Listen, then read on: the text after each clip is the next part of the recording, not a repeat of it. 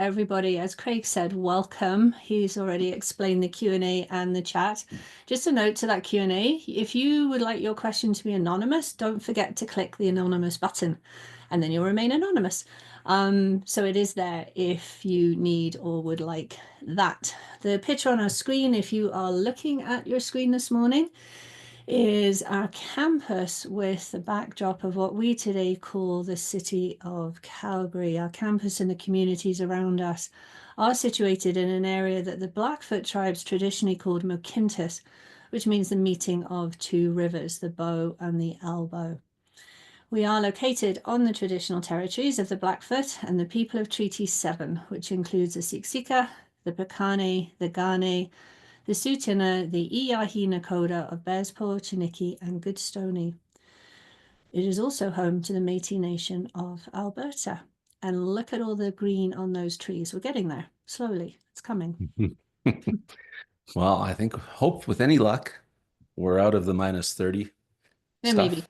Yeah. Well, we might get another one. But anyway, we're not here to talk about weather. I am just going to go through a couple housekeeping things. I just threw something in the chat for everybody to take a look at.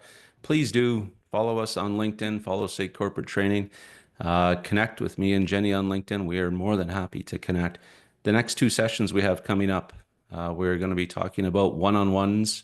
And a month from now, we'll be looking at remote and hybrid teams, because that is still very much a focus and an important aspect that leaders need to face. And of course, if you prefer just to simply listen to us, our podcasts are up online.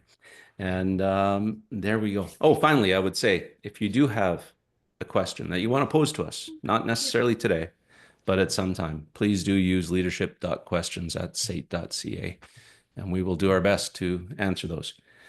But Jenny, we are here today. Interesting. The register, we were chatting about this ahead of time. Registration's a little different for this one. I'm not sure if the topic is, well, we're talking about self-awareness. So like I said to you, I don't know if folks think this is maybe a little woo-woo or a little too inner thinking, or not quite the the nuts and bolts of leadership, but it's an important one for leaders to consider. And so maybe I'll just throw it over to you to start with, to kind of, what is self-awareness and why is it important? Why do we need to think about this as a leader? Okay. Good question. If you look at leadership skills, and everybody comes out with their top 10 leadership skills, self-reflection, self-awareness is climbing, constantly climbing, and it's constantly appearing in sort of top 5, top 10. So we are becoming, so to say this, more aware of the benefit of being self-aware. What is it? I suppose it's introspection. I think that's the right word. It is our ability to look at ourselves, but there's two avenues to it. So we've got that internal self-awareness. Do I understand me, right? And everything that sits within that. And then there's external self-awareness. Do I understand how others perceive me? And so it's not just one or the other. This isn't about getting stuck in your head. The aim is always, how do we move productively forwards? To go to why, really, really simply, you're going to increase your confidence. You're going to increase your decision-making ability. You're going to improve your relationships with your team. Well, that's got all the added benefits of that. Your communication is bound to change for the better, and you'll decrease anxiety, depression, they even say as well. So tons of benefit to it. And actually, when we get into it, not much time required either.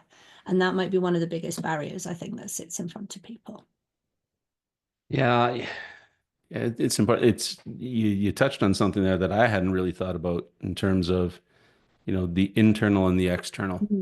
And I wonder how much, I guess it obviously is going to depend on the person, but I wonder how much folks focus on the external self-awareness versus the internal. And maybe we could kind of start down this trailhead and think about you know, if we can get into the difference there a little bit more and, just Mhm. kind of chat, how do you develop both of those? Sure, sure. So internal self-awareness is, you know, those of you who come often, I'm a huge John Amici fan, and the sentence that he gave in his book, The Promises of Giants, would you recognize your soul in the dark? And when I first heard that, I was listening to the book. I'm like, whoa, hang on, talk about woo-woo. And it like, that's unmatched. But when you start to think about it and obviously hear him unpack it, when we talk about leadership or who am I as I come to work, people can give you a good initial answer. But when you actually talk about them, who are they and how do they show up? We go from sort of that repeated, I'm used to saying this, here's my vision, mission, values, etc., to I'm not actually sure. Like we know what we look like in the mirror every morning, but do we know who we are as we show up? And so internal self-awareness is knowing your belief system, I mean, knowing what triggers you. And I apologize to those who don't prefer the word trigger. Knowing your strengths, knowing your weaknesses, like those are some easy examples. But actually, not all that easy to do. Like if I ask a room to write down 10 brilliant things about them, Mm. very few people can do that. And that's quite sad, really, because we don't spend time recognizing where our strengths sit, let alone talking about them, because they've been misguided in that's arrogant. We don't want to hear you blow your trumpet. Well, we're not talking about using them to put somebody else down or clear the pathway. We're talking about if I have these strengths, that's great for you because if you use them, I'm going to show up well. So we need to know what that is. External awareness is how do others perceive you? The only way that you'll get that accurately is by seeking feedback, which is what we talked about, I think, I don't know, a couple of weeks ago. Mhm. And we're not all brilliant at seeking feedback or going looking for it. And we're also not all great at listening to it, which is another part of this conversation. And one of the infamous studies at the moment, Tasha Urich, looked at thousands of leaders. 95% of us would say that we are self aware. And the horrifying truth is that only 12 to 15% of us are, which means on a daily basis, is about 80% of us lying to ourselves about ourselves. It's not very helpful, really. I'm gonna have to double click on that one a little bit because it would by what you're describing there, it would seem there's a way of defining whether I am or am not self-aware, right? If you're Mm-hmm. saying that 90 some percent of us believe we are, yet in reality only 12 to 15, like how do they define the 12 to 15% that really are? If That's it's a good not question. if it's not going too far down a structure of a study question. I don't actually have a clear answer Okay. for you because I haven't dug into how she studied to get the results. What I do know is that a lot of us, excuse me, are quite poor at that self-reflection piece. So Mm. self-reflection piece. So if we're looking at, I don't know, how I hosted a meeting or how I facilitated a day, our introspection will often take us to the negative and it'll align with our assumptions, our biases, and it's not truth. And so we're just actually not very good at challenging ourselves in our thinking patterns. And so at that Yeah. point, it's not constructive at all. Yeah. No, that one would be interesting to try and figure out at some point. But I think I think we take the other direction with this is that for the most part, we can probably recognize in others when we think they're not self-aware, Mm-hmm. right? Um, and I think something else that you said that I wanted to come back to as well is, knowing what your beliefs, values, strengths, ask somebody to list 10 brilliant things about themselves, they would probably struggle, whether it's out of modesty or they just don't know what they are. But if you ask folks to list 10 things they want to change about themselves or Mm-hmm. weaknesses, they probably easily come up with a list. Maybe not. Maybe I'm projecting, but That it's definitely what I would say I saw, like, I don't know, mental toughness, that one course that we deliver all the time. You definitely see that in there. The weaknesses come quicker than the strengths. And a lot of that is modeling. Like if you look at what we've been up to in schools, in the work world, we've been taught to focus on you need to be better at this Hmm. rather than, hey, you have this strength. This is something that you're really good at. And we're rarely taught to say, to say, I am good at this. Like we're not taught how to deliver that. And if we took your 10 brilliant things and my 10 brilliant things and somebody else's and actually looked at that and said, okay, how do we make the best of this? Then that could be really, really useful. But we can't get there if I can't recognize what those are. And equally, when we look at it, excuse me, frogs are out today. If we're overextended, if we're stressed or we're over capacity, what happens then? Like that's really useful information for us to know because in our under pressure, overloaded workplaces, we're constantly in that state. Yeah. Um, so just digging in on the internal a bit. And so you mentioned a couple things. So strengths, it makes me think of Strengths Finder. And where I'm going here now, Jenny, is to think about a couple of the assessments that, Yep. you can do. Because I think, what are the other ways of trying to develop your own internal self-awareness, I guess, is one way of looking at this. You've got assessments like Strengths Finder, Myers-Briggs, Lumina, Mm-hmm. et Yeah. cetera, et cetera. Yeah. You could probably go down some of the standard roads of journaling, et cetera. I've never been able to journal worth a darn. I have no idea why, but let's come back to the assessments because I think that is probably a simple tactical place for Yeah. folks to start. Any thoughts on StrengthsFinder, Myers-Briggs, Lumina? It is like that.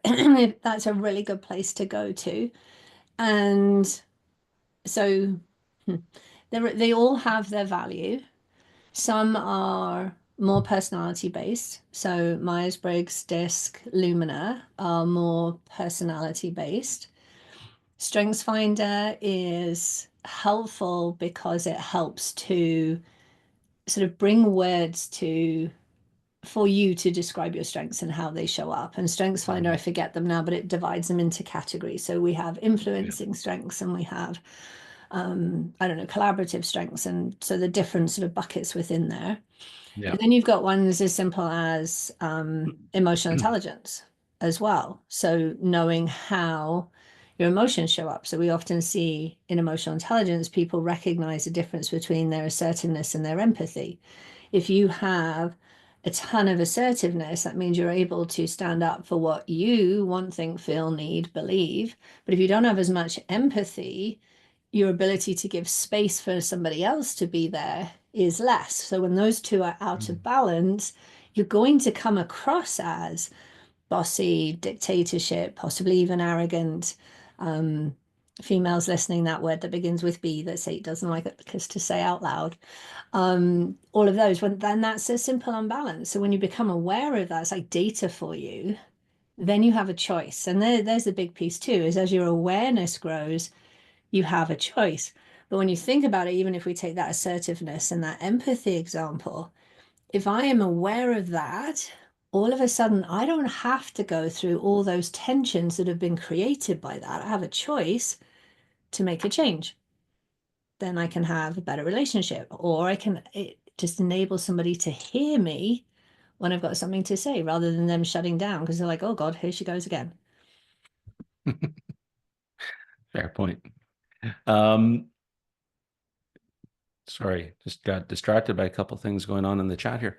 Appreciate you passing along that tool there, Rick. Certainly worth taking a look at, folks.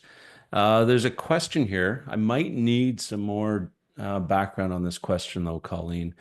Is it fair to say that generally the giving of feedback, positive or negative, is undertaken, but the receiving of feedback can be perceived as disrespectful, especially in a hierarchical corporate environment? So we'll always take more information, but if that is about providing feedback up, there's Hmm. a really good point within there because as you climb the hierarchy ladder, the tensions increase and the number of people available to give you good feedback decreases. And then you've got to have that psychological safety for that to happen well. But on the receiving side, leaders have to be prepared to listen. In every feedback, it doesn't matter who you are or where you're at, in every feedback, there's a truth. So finding that truth is sometimes difficult because of the way that it's delivered. And sometimes it's hard to believe, like, that sort of gut check, you hear something and you're like, whoa, no, that's not me. So when you get that kind of gut feeling, that's a really good one to go check out with sort of your trusted people who have your best interests at heart and will be honest with you. Yeah. Yeah, it's interesting. So I was going to switch to the external self-awareness, and you just made me think of, if you've got that group of people, Mhm. um, Scott Galloway. I'm not sure if many of you are familiar with Scott Galloway. Prof G certainly is increasing his media presence over the past few months, but he always talks about getting a kitchen cabinet of advisors, right? Who Okay. are the 4 or 5 people that you could gather in your kitchen Yeah. to talk through an issue, give you advice, Yeah. and work through, right? And so I guess where I'm going with this is, where does this, we talked about how to develop some of that internal self-awareness, whether you're doing a assessment or whether you're, journaling or other exercises.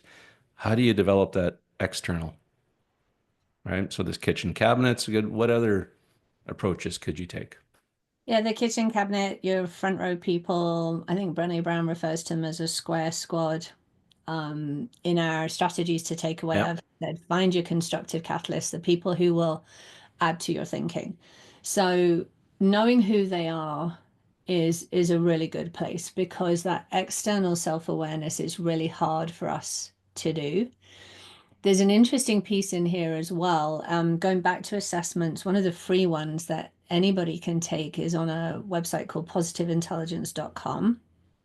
And the gentleman behind that is excellent. He talks about the saboteurs in your brain. There's 10 different saboteurs.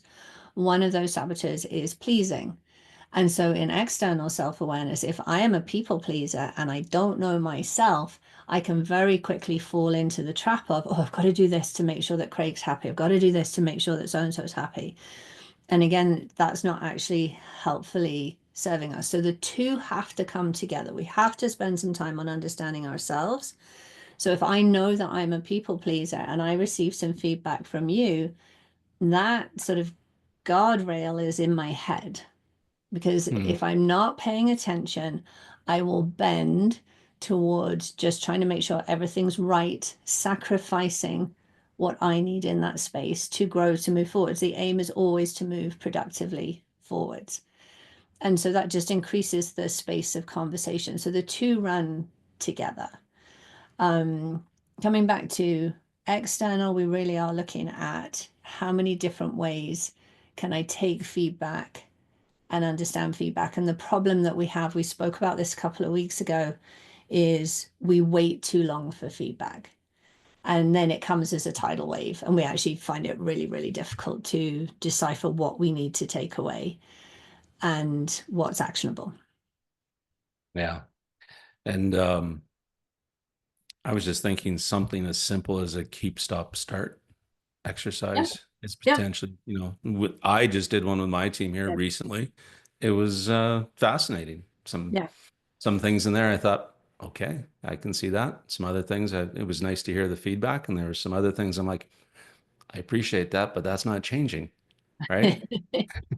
And the clarity in that Hmm. is important on the return. Like that's the other thing. If you are receiving feedback, this is a conversation, right? It doesn't just stop. It's got to be a Exactly. continuous cadence of conversation. Those of you not familiar, stop, start, continue. So a leader might say to their team, can you give me one example of what you want me to stop doing, start doing, continue doing? Even that in itself is quite vast. You could narrow it further. So when we talked feedback, we talked about being snack size. So take a few weeks, tell me what you notice about our team meetings. And then one thing you'd like me individually to stop doing, start doing, continue doing, you can use it for a team as well. Like, what shall we stop doing, start doing, continue doing? As you get better at this individually, each person, then you get better at it as a team. And then we fall into those after action reviews and those kind of conversations. So stop, start, continue is a really easy, simple way. If you're looking for feedback from other people, you want to boost your external self-awareness, then, number one, I like the term, go to your kitchen cabinet, whoever that is. And then, but keep it small. What do you want them to notice? What insights are you looking for? And then you got to have the strategies in place. If you're hearing things that don't jive with the way you think you're showing up, how are you going to play into that space? And that's where some of those assessments, if you've got the availability to use them, become quite useful. So the one that we use at SATE all the time, which is like insights on steroids, is Lumina. Lumina measures in your three different personas. So we have the unfiltered version of Jennie. There's a way that I show up when I'm here on a Sunday afternoon. It's reserved for a very special few. You don't want that Jennie in your workplace. And then there's everyday Jennie, which is this version, how I choose to show up in a professional everyday space. And it changes depending on the audience I'm with or the role that I'm playing. But then there's also the overextended. And that's when we're under stress. We've been triggered. If you have a value triggered, so it's something that you truly believe in, you can move into overextension just in a conversation. And so if you've got that data and somebody gives you feedback, you're like, oh, no. But then you're looking at your qualities and you're like, oh, actually, when I'm overextended, so at full capacity, I'm pretty tough in those conversations. I don't take much space for other Hmm. people. This could match with that.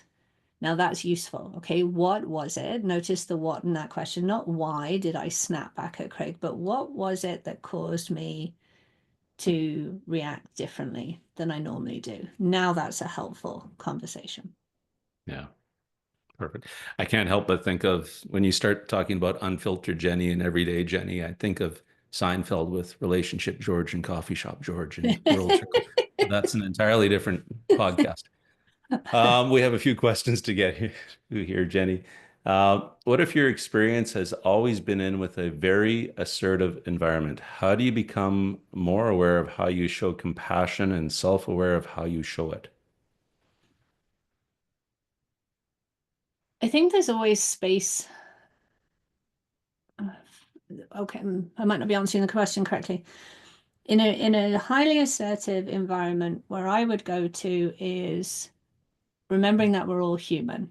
So if you are working where the personalities are all very outcome based, not necessarily people based, um, sort of driven, fast paced and driven, first off, are you in the right environment? That environment is not for everybody.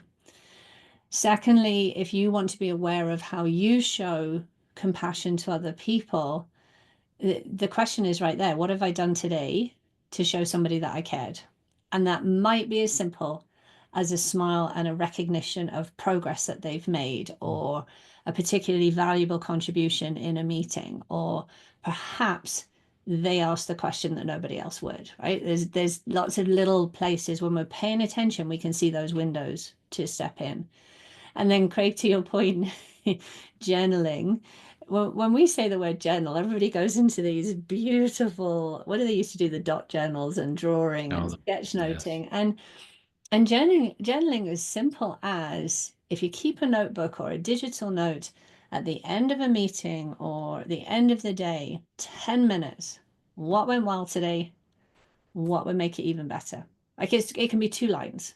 We're not talking about having to write an essay and dive into the deepest corners. We're simply, how did I show up today? What worked? What didn't? Yeah. And that actually probably answers a question that Jennifer just posed here. Any thoughts on good questions to self-reflect on? Any thoughts on your favorite questions? So there's two, right? Yeah. And we have a slide at Um, the end that has lots of questions on it, funnily enough.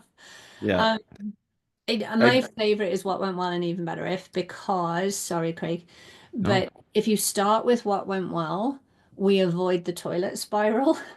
And then if you include it would be even better if you're allowing yourself that growth, that self-improvement, that or continuous improvement. But you've started from a strength base. There's always something that went well. Yeah. Sometimes, if you have a very heavy, active inner critic, it will take you a while to find it. And I just plead with you, if you really can't find it, ask somebody else. But Mm. most times we can find it. Yeah. I was going to say one, too, depending on what you're trying to work through, that I just recently read that I thought was a great question is what advice would I give someone else in my exact same position? Yeah. Yeah. Come at it from the third person, right? Yeah. And nine Because, times out of 10, you'll be kinder in that frame. yes. Yeah. Other questions, and this actually starts getting now, Jenny, to my next question around how do we develop self-awareness, but are there specific skills that can be used to go from getting the feedback, both internal and external, to putting that feedback into action, amplifying my strengths and addressing my weaknesses? Um, yes, I think this was the first skill is how do we reframe if we need to reframe. So one of the things with leadership is your inner voice is basically your guiding measure. Like the higher you go up in leadership, the more you have to rely on that inner voice. So you really want to spend some time understanding who you are. So what is it that causes you to go into the downward spiral of thinking, or the toilet spiral, as Dan Harris calls it, or what allows you to sort of radiate into the possibilities? And the problem with all of this is that many people have spent years using that inner critic as their guardrail. And they'll say to me, yep, that keeps me in line. That makes sure I show up. That holds me to the highest standard. And every thought that we have has a chemistry attached to it. So if you are constantly putting yourself down, beating yourself up, berating yourself, you're not helping your immune system at the basis level. You're also projecting that everywhere you go. We're very contagious. And so not only are you not helping yourself, but you're not helping others. And so when it comes to that inner critic, one of the analogies that's often used, I quite like it, is, if you put your hand on the stove and it's hot, you learn from that and you lift it off and you don't go there, you move forward so that you don't do that again. If you're hanging out with that inner critic in a really damaging way, you're basically just holding your hand on a hot stove. It's not useful after that first second, and it hurts and it damages us. So if you've got that rhetoric, then okay, how does this help me? And if it does help you, okay, Jenny, you're no good. You didn't have your notes in order. Right, that's helpful. Next time, what are you going to do to get your notes in order? There's the action. So we're always looking for an action to put to it, an action that will move us forwards. And when you're beginning this, sometimes that action works great and you're on the other side of a conversation or a presentation, like, that was better. Okay, I'll do that again. And other times you're like, nope, still working on that one. Be kind to yourself, right? We're human. What will you do differently next time? And so, for me to say, okay, you need to do this, this, and this is a really individual space. And it's really recognizing, are you somebody classically that helps yourself, or are you somebody that hinders yourself? And then if you're the latter, how am I going to reframe that to help me to move forwards positively? Yeah, it's good. Lots of questions have started to fly in here, so I'm going to try and go through them before we have to start wrapping up. I'm not going to, in no particular order. So how do you start to build the culture of feedback, giving and receiving in an organization? Where do you start? That's my current soapbox. We have to change the way that we do feedback in the workplace. It's a much bigger conversation than in here. If you want to start, go looking for it. So seek the feedback. And in order to do that, you've got to set yourself and the other person up for success. So here's your self-reflection. How do you receive feedback most effectively? And there's something in the chat here about listening, fantastic skill in all of this. And largely we're not great at, we're very stingy with our listening. So how can you how will you receive it the best? Tell the other person that. If you're someone that needs crystal clear examples, then you're asking them to notice times when X, Y, and Z and to give you those times. If you're somebody that needs to read it before you have the conversation, then you're asking them to email you first and then you'll book some time for a conversation. So you've got to set the other person who's going to give the feedback up for success and then set yourself up for success. So if you're somebody that, normally takes that, it doesn't jive with what you're saying and you get a little bit defensive in there, you've got to know yourself if that's your MO, and it is for a lot of us because that's what we've been trained. What will you do to bring yourself back to composure in order to grow? So it doesn't jive with you. It's very okay to say to somebody, "Oh, that's new information. Can you give me some clarity on that?" Or I'm going to take that away and think about that. I will be back with some questions once I've digested what you've given me today. And always say thank you when somebody's Yeah. giving feedback because it's hard, right? Yeah. Well, and you just touched on something key as well in my mind is that so often I think we're looking for these things to have immediate results. Mm, mm-hmm. It's okay to say, I need to think about that, right? Thank you. 100%. I don't have a reaction right now other than thank you, Yeah. but I will think about it and get back to you, Yeah. right? And the other So, thing I'd add with where to start, and there's a little bit of this in the chat here. This isn't just like leader, leader asking staff. This is staff asking their leader, leader asking their staff, and staff asking staff. Right? If we're going to build a feedback culture, we have to normalize that language. And lots of you who've been here before will have heard me talk about feed forward. The aim always help and elevate. exactly. Um, I think the answer to this one is yes, but can the ability to read body language be a good way to get instant feedback from your audience and our activities we perform? Yes. But this is so important. Like leaders always say, "Oh, Yeah. I don't get any feedback." If you look at a room, like when my room this week was, I don't know, 25, 26 people, 26 pieces of feedback coming at any one time. I can tell you whether they're hungry, tired, bored, excited, engaged. Like that feedback is coming. So our ability to pay attention to those cues is everything. And that's some of the best feedback. So if you give me some information and you're watching the cues, that is real time how I'm receiving that feedback. Yeah. And sometimes it's subtle. Like some people are very practiced in, I'm going to give you nothing. And other people will give you everything in that fight. But learn you know your people. Yeah. So the answer is yes. Yeah. Yeah. And I would also say in that situation too, if you're reading somebody's body language in a room, they're going to see your body language in response. Oh yeah, there's always two ways. Oh, Yeah. right. Yeah. Are there situations in which too much feedback can be detrimental or unproductive? If it's not given well, yes. Like if we're constantly focusing on the weaknesses, you'll smile at this. Those two words that drive me bonkers, constructive criticism, right? That's not helpful. Those two words don't belong side by side. So we want to just be constructive. Um, the other part, and we've spoken about this before, is that magic ratio. So Gottman's ratio traditionally is 5 to 1. I'm seeing more often 4 to 1 pop up.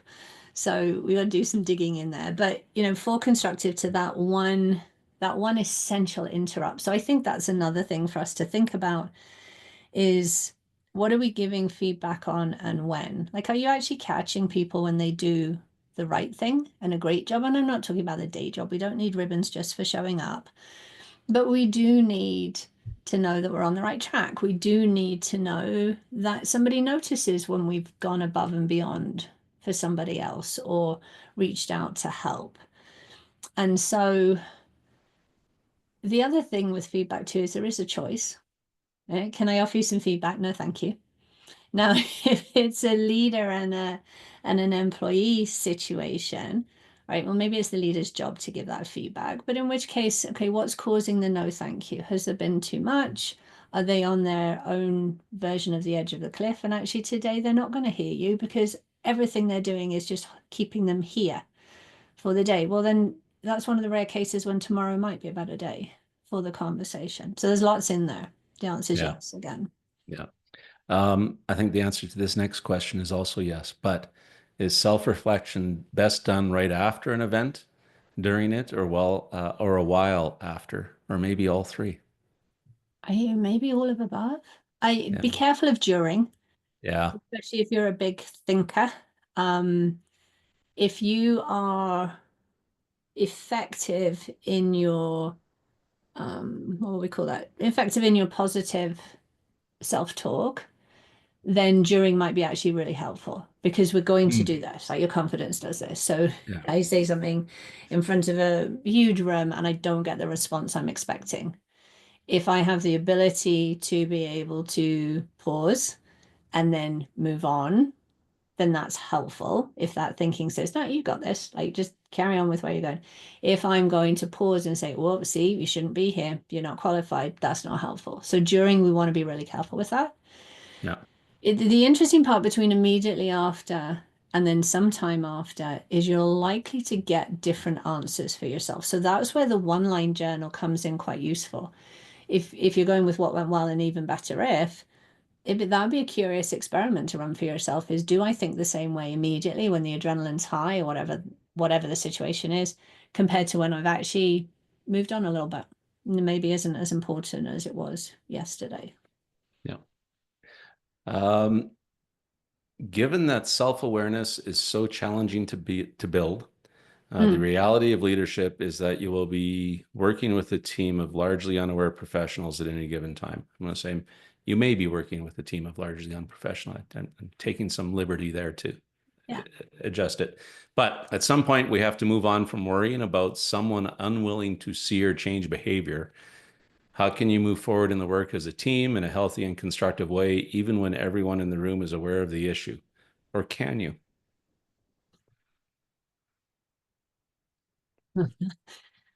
People are really messy, aren't we? Um, I think there's an element of control the controllables.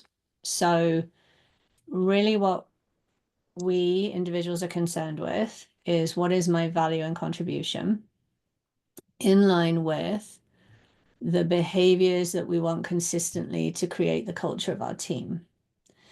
There's a responsibility and an ownership on the leader of the team if that one person that we're hearing in this example has a toxic effect on the rest of the team. That's the point where we need active work because that little drop of toxicity can spread really, really quickly. It's not helpful. If it's simply somebody has a different way of thinking, a different way of approaching it, then what a wonderful situation for us to figure out how are we going to make this work for the performance that we need for our team. And there's a line between those two. Just because I don't like the way that you do something doesn't mean you don't belong at the table. We have different experiences. How do we use that to our advantage? Yeah. Um, that's human dynamics at its very best. And actually, I'd come back to we were talking about it before, Lumina, because when we look at those qualities and those approaches, and Craig, we can speak to this because we've done it with our team, we Yeah. know where we sit, and then we have much better language to be able to work within that. And I'll throw it at you every now and then. Okay, that's way too much red energy for me. Let's change the conversation. But there are times where you're like, actually, Jenny, I need this now. Right? We haven't got time for all that stuff. I need this now. We work Yeah. very differently, but that doesn't mean that we can't work exceedingly well together. Oh, exactly. Right. Uh, okay, I'm going to try and squeeze two questions in here in the last couple of minutes. All right. We have a ton of questions that we're going to have to think about how we get to. We're not going to be able to get through them all, but I'm going to bring these two questions together. So, um, the context being this can be uncomfortable looking at yourself internally or taking feedback, which could be why some of us ignore it. Any suggestions on how to overcome that? Okay, and I'm going to tie that with, um, actually, no, let's just go with that one. Right. I So was any just about suggestions? to No, I just became self-aware. I was trying to do too much in one question. no comments. Um, we are these are not my words, but somebody said it has stuck with me. I think it was a podcast I was listening to, and I'm really sorry, I can't tell you who said it. We are aggressively in the pursuit of comfort. That's how we're living. We Mhm. aggressively search comfort all the time. And that's why we're not very good with discomfort. And so we can attach this in numerous ways, but for the longest time, emotions, we've talked about positive and negative. So we shy away from the difficult ones, the uncomfortable ones. Emotions are just data. It is uncomfortable. And my question would be, what if you sat with that discomfort just for a moment? Like just pause for a moment. You've so much noise in here, so much noise in the world. There's a space between the two. And I think actually sitting in that discomfort just for a moment to reflect on it would give you so many gains. And you'd actually be surprised at how it doesn't take that long. You're still very okay on the other side of it. And that you still have your kitchen cabinet, your friends, your allies, and your great colleagues. And we just step into it for a minute. Yeah. An emotion can only last 90 seconds, so it's not going to be around for that long. Yeah. And, to your point, um, you're still going to be standing at the end Yeah. of it, right? Yeah. Uncomfortable. Yeah. Right. Yes. It But the never more you stops. do it, the less uncomfortable it is, or the more comfortable it becomes, I guess. Right. All right. Last question, and then we'll move into your wrap up.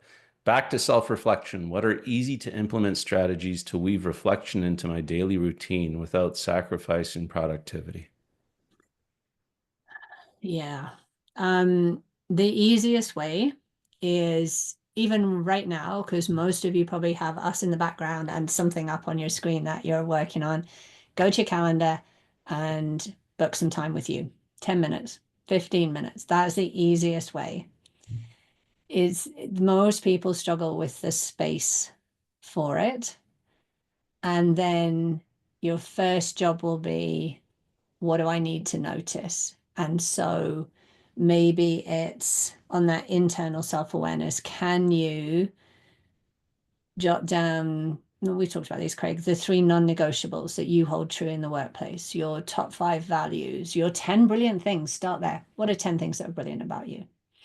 And that would be a great place to start. And then, the next time you've booked that 10, 15 minutes, how are those showing up in your past week? And in line with that, we have some other strategies coming up in a minute on the slides as well. Yeah. Perfect. Yeah, Let's move to those. go there. Okay, 'Cause so we're at time. So yeah. we are, and I'll try and hold us to time. As always, one big idea, ideally 2 strategies, although I think we're going to hit 3, that you can take away and use straight away, and then some questions to noodle on as well. So, a big idea, we've borrowed it shamelessly from Tasha Eurich. If you wanted to look up that study, some of you were interested in that, there's the name. That's what you want to put into your search engine. You'll find tons in that space. But I really like this idea that it's not just one truth. If it's only my truth, that's just my very limited perception. But it's this balance of the two, internal self-awareness, external self-awareness, and sometimes they do compete with each other. How I see myself may not be how others perceive me, which is a great sort of foray to enter into. Things that you can take away and use straight away. I've used the term constructive catalyst. Who are people that will provide a catalyst to your thinking, help you to grow? Craig, you referred to them brilliantly this morning as the kitchen cabinet crew, your front row people, your square squad, whatever you want to call it. Loving critics, I've also heard, as long as that critic piece is in a helpful measure. It might not be the news that you want to hear, but it's that critique that's going to be helpful, not critical, blame, shame, and judgment. And these people, they're the ones that see you in every version. So we talked about unfiltered, filtered, and overextended. And then two actual things that you could take away. Tons of questions in here. Somebody had asked about what are some good questions. So here's the what went well and even better if. Like if you just remember that part, there's 2 great questions there. On the right hand side, some of the things that might you could use it in. So meetings, one-on-ones, just your general leadership. Don't forget to add the how would I make it even better, right? There aren't best practices, there are better practices, and we can always be better. And then the next one I pulled from Atlassian's 4Ls retrospective. So Atlassian runs this with the teams and with projects, but I think you can use it on an individual basis as well. This one you would be using for a longer view. So you might do this once a week or once a month, even longer if you wanted. And starting top left, what did you love about the work that you've done in the past month? What did you loathe? And I think when we talk one-on-ones next week, we'll be bringing out Marcus Buckingham's good work on those two questions. But then what have you learned or unlearned, as the case might be? And then what's the goal that you're heading towards? Where do you want to make the next part of progress? What's your wish? That's a genie's lamp down there. So some good questions in there. And these require a little bit longer. You might want to book half an hour with yourself for this one or do it over some patches of time. And then I held true because we had so many questions on the previous slide. There are just 3 questions in here. John Amici's to start with is a great question. If you haven't read his book, he digs into this in a big way. Getting a little easier, maybe. What do you need to move forward? We're often in our own way. So that is a good place to stop and look at. And then here's another one, which is kind of ties into that external self-awareness. What happens to the room when you walk in? Does it come alive? Does it go quiet? We're contagious. We're horribly contagious. So having an awareness of that will give you some information. Okay, there we are. Perfect. Thank you. You're welcome. We are back in a couple of weeks. Mhm. March. It's going to be March. Well, we have sprung ahead by then. Maybe. I don't know. But we will be talking about one-on-ones. Perhaps one of the most important things a leader can do with their team is their one-on-one meetings. So really looking forward to that conversation. As always, thank you for joining us. Jennie, as always, thank you. I appreciate you. And have a fantastic weekend, everybody. Enjoy the warmth that is coming back. So have a good one. Yeah. Thanks very much, Craig. Take care, everybody. Bye.